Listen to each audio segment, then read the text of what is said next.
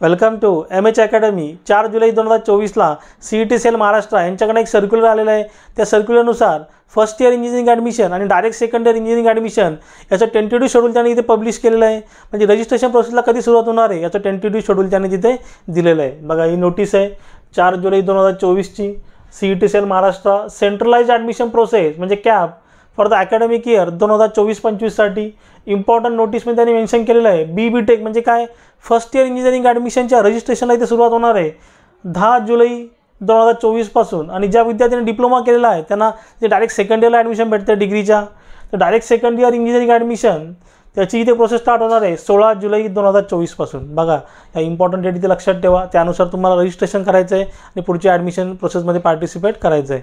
बघा याच्या व्यतिरिक्त तुम्हाला काय डाऊट असेल तुम्ही जरूर मला कमेंटमध्ये विचारू शकता।